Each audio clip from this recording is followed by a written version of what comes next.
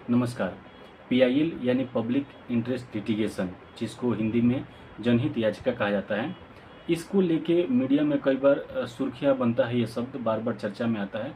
बहुत सारे लोग इस शब्द को जानना चाहते हैं, इसके मतलब और इसका उद्देश्य क्या है। न्यायपालिका से संबंधित और मानवाधिकारों से संबंधित खबरों पर जिन लोगों की नज़र होती है, वो पीआईएल यानी कि पब्लिक इंटरेस्ट लिटिगेशन और जनहित याचिकाओं के बारे में समझने का प्रयास करते हैं, क्योंकि अखबारों में, टीवी में, न्यूज़ में, सोशल मीडिया में पीआईएल शब्द बार बार प्रयोग होता है। तो सबसे पहले समझते हैं कि पीआईएल होता क्या है। पीआईएल, जैसा कि इसका फुल फॉर्म है पब्लिक इंटरेस्ट लिटिगेशन, और इसको हिंदी में जनहित याचिका कहा जाता है। मतलब एक वैसा याचिका से आप समझें कि कोई ऐसा पिटीशन जो हम कोर्ट में देते हैं और अपनी बातें रखते हैं। तो ये पब्लिक इंटरेस्ट लिटिगेशन है, यानी पब्लिक मतलब जनता के लिए है। जनहित याचिका आम जनता के लिए है। इसमें जो पिटिशनर होता है, जो कोर्ट में मुकदमा दायर करता है, उसका कोई निजी स्वार्थ इसमें नहीं होता है, निजी हित नहीं होता है, सार्वजनिक हित के लिए किया जाता है। तो बार बार सवाल आता है कि पीआईएल क्यों फाइल होता है, पीआईएल क्यों दर्ज होता है, और पिटिशनर को इससे क्या बेनिफिट मिलता है, और ये क्यों ज़रूरी है। तो सबसे पहले समझते हैं कि पीआईएल जो होता है, पब्लिक इंटरेस्ट लिटिगेशन जो होता है, एक संविधान प्रदत्त ऐसा कानून है जिसमें हम मतलब बृहद स्तर पर, बड़े पैमाने पे सार्वजनिक मुद्दों को आसानी से कोर्ट में उठा सकते हैं। सपोज कीजिए कि आप भीषण गर्मी पड़ रहा है और आप दिल्ली में बस में सफ़र कर रहे हैं, मेट्रो में सफ़र कर रहे हैं।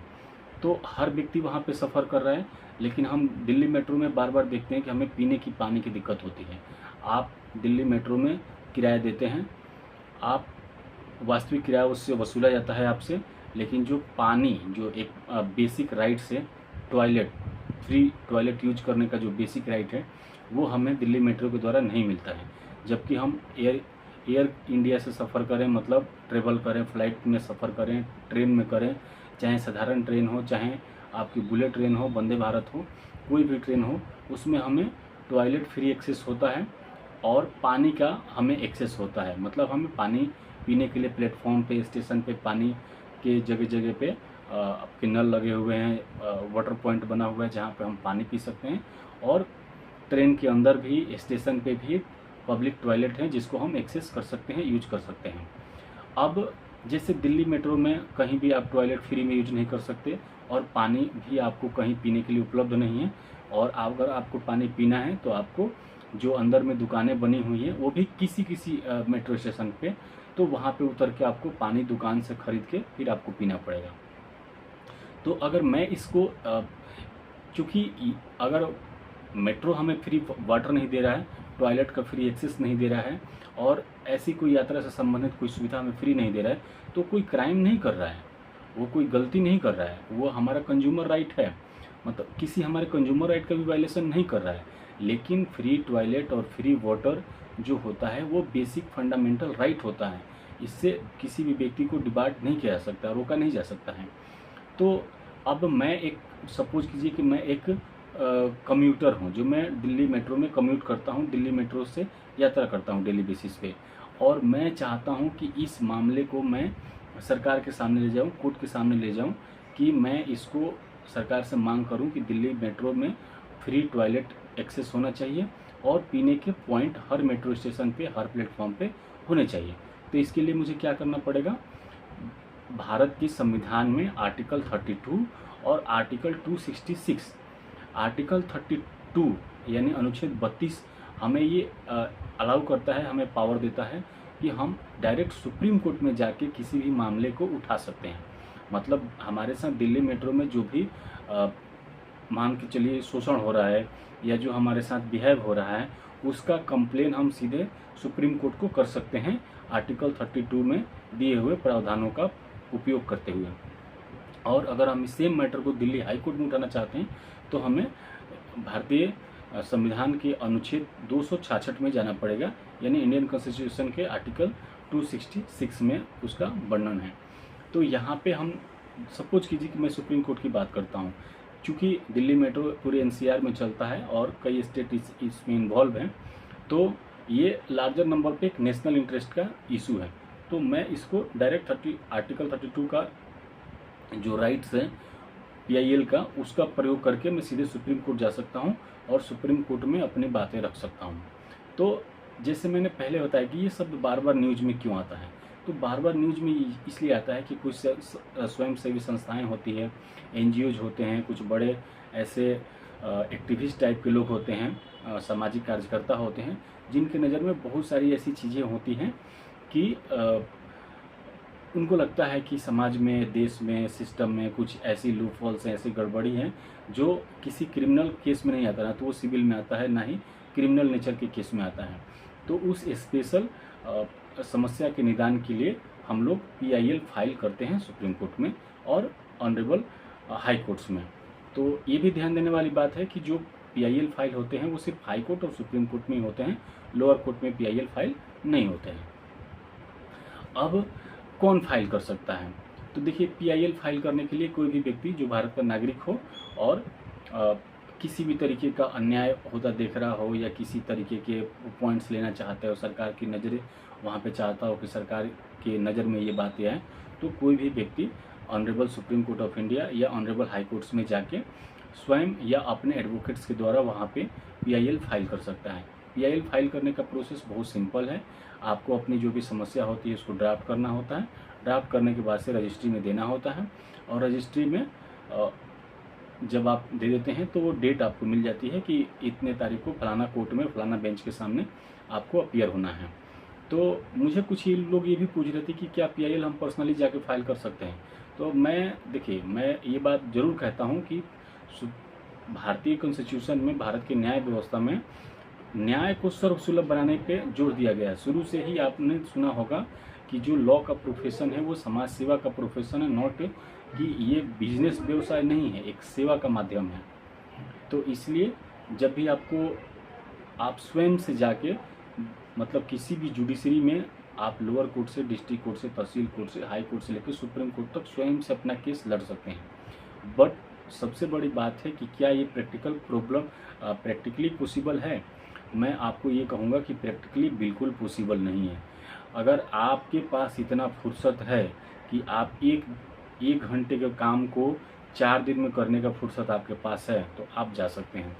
एक प्रैक्टिसिंग लॉयर जिस काम को 10 मिनट में कर सकते हैं, आपको सुप्रीम कोर्ट की प्रीमाइसेस में, हाई कोर्ट की प्रीमाइसेस में फोटोकॉपी की दुकान ढूंढने में उतना समय लग जाएगा। आप कहाँ फाइलिंग होता है वो पता करने में आपको पूरा दिन लग जाएगा। और जो उसमें जो भी दिक्कतें होती हैं, जो कुछ भी करेक्शन करने के लिए होता है, अगर रजिस्ट्री आपको एक बार बोल दे कि ये करेक्ट करके ले आइए, आपको 1 हफ्ता लग जाएगा उस करेक्शन को समझने में और ढूंढने में। इसलिए काम सब आसान है, ठीक है। मतलब कॉन्स्टिट्यूशन ने हमें ये जरूर व्यवस्था दिया हुआ है कि हम सेल्फ से, बाई सेल्फ या जाके खुद से अपना केस लड़ सकते हैं, अपनी बातें जजेज के सामने रख सकते हैं, ऑनरेबल जजेज को कन्विंस कर सकते हैं, अपनी बातें रख सकते हैं, न्याय मांग सकते हैं। ये सारी बातें लिखित हैं। ये बातें आपको थ्योरेटिकल जरूर अच्छा भी लगता है सुनने में कि हम जा सकते हैं। बहुत लोग हैं, मैंने कई लोगों को हाई कोर्ट्स में देखा हुआ है, वो बोल देते हैं, या लोअर कोर्ट में देखा हुआ है कि वो बोल देते हैं कि lordship, I am unable to pay my private counsel, so I want to argue with myself. मतलब वो ये कहते हैं कि मेरे पास अधिवक्ता करने का, एडवोकेट करने का, उनकी फीस देने का पैसा नहीं है, मैं अपनी बातें स्वयं ही कहूँगा। तो मैंने ये भी सामने से जजों को ये कहते हुए सुना हुआ है कि आप नहीं कर पाएंगे, आप DLSA के एडवोकेट ले लीजिए। DLSA होता है दिल्ली लीगल सर्विस अथॉरिटी, यानी कि एक ऐसी संस्था है, सरकारी संस्था है, जहाँ पे जो गरीब व्यक्ति हैं, ज़रूरतमंद व्यक्ति हैं, उनको निःशुल्क सरकारी अधिवक्ता उपलब्ध कराए जाते हैं। तो वो उस केस को देखते हैं। तो वापिस हम अपने मूल सवाल पे आते हैं कि क्या PIL कोई भी व्यक्ति फाइल कर सकता है और अपनी बातें स्वयं से रख सकता है? तो मैं ये कहूँगा कि देखिए, अगर आपको लगता है कि आपके पास इनफ टाइम है, आपको कोई भी करेक्शन होगा तो आप कर लेंगे। 1 दिन का काम आप 4 दिन में अगर आपको करना पड़ता है तो करने की आपकी क्षमता है तो आप ज़रूर कीजिए। अदरवाइज आप किसी भी प्रैक्टिसिंग लॉयर को अगर अपने साथ एंगेज करते हैं तो आपकी लड़ाई आसान हो जाती है। जो लोग, अब जैसे आपने बार बार न्यूज़ में देखते हैं कि लोग यूट्यूब से देख के ऑपरेशन करना शुरू कर दिए हैं, तो एक यूट्यूब से देख के ऑपरेशन करना और एक मेडिकल की पढ़ाई करके, फिर इंटर्नशिप करके, फिर जूनियरशिप करके जो डॉक्टर करेगा उसके बराबरी तो आप नहीं कर पाएंगे। तो सारी चीज़ों को ऐसे नहीं लेना है कि संविधान में लिखा है कि आप पर्सनल जाके और वहाँ पे आप प्रैक्टिस कर सकते हैं, अपनी बात रख सकते हैं, तो आप उठ के वहाँ पे चले गए। आप चले तो जाएंगे, लेकिन जैसे मैंने पहले बताया कि जो काम एडवोकेट 10 मिनट में आपका शुरू से लास्ट तक पूरा काम ख़त्म कर देंगे, उतना देर में आपको ये समझने में लग जाएगा कि यहाँ पे फ़ोटोकॉपी की दुकान किधर है, यहाँ पे जीरोक्स कहाँ पे होता है, यहाँ पे प्रिंट आउट कहाँ मिलेगा। तो अगर इतना टाइम, उसके अलावा भी जो एक्यूरेसी होती है, जो उसमें जो क्वालिटी होती है, वो क्वालिटी निखर के नहीं आएगी। अब मान लीजिए आप किसी मिस्त्री को दीवार जोड़ते हुए रोज़ देखते हैं, तो आप तो दीवार नहीं जोड़ लेंगे। इसका ये मतलब नहीं है कि आप किसी ने आपको मना नहीं किया कि आप अपना घर बना रहे हैं तो दीवार खुद नहीं जोड़ सकते, संविधान ने मना नहीं किया है। लेकिन क्या आप अपने घर की दीवार को आप खुद जोड़ सकते हैं, खुद उसका लिंटर प्लास्टर कर सकते हैं? नहीं कर सकते हैं। उसी तरीके से जो लॉ का प्रोफेशन है वो एडवोकेट का प्रोफेशन है, जो मेडिकल का प्रोफेशन है वो डॉक्टर्स के लिए है।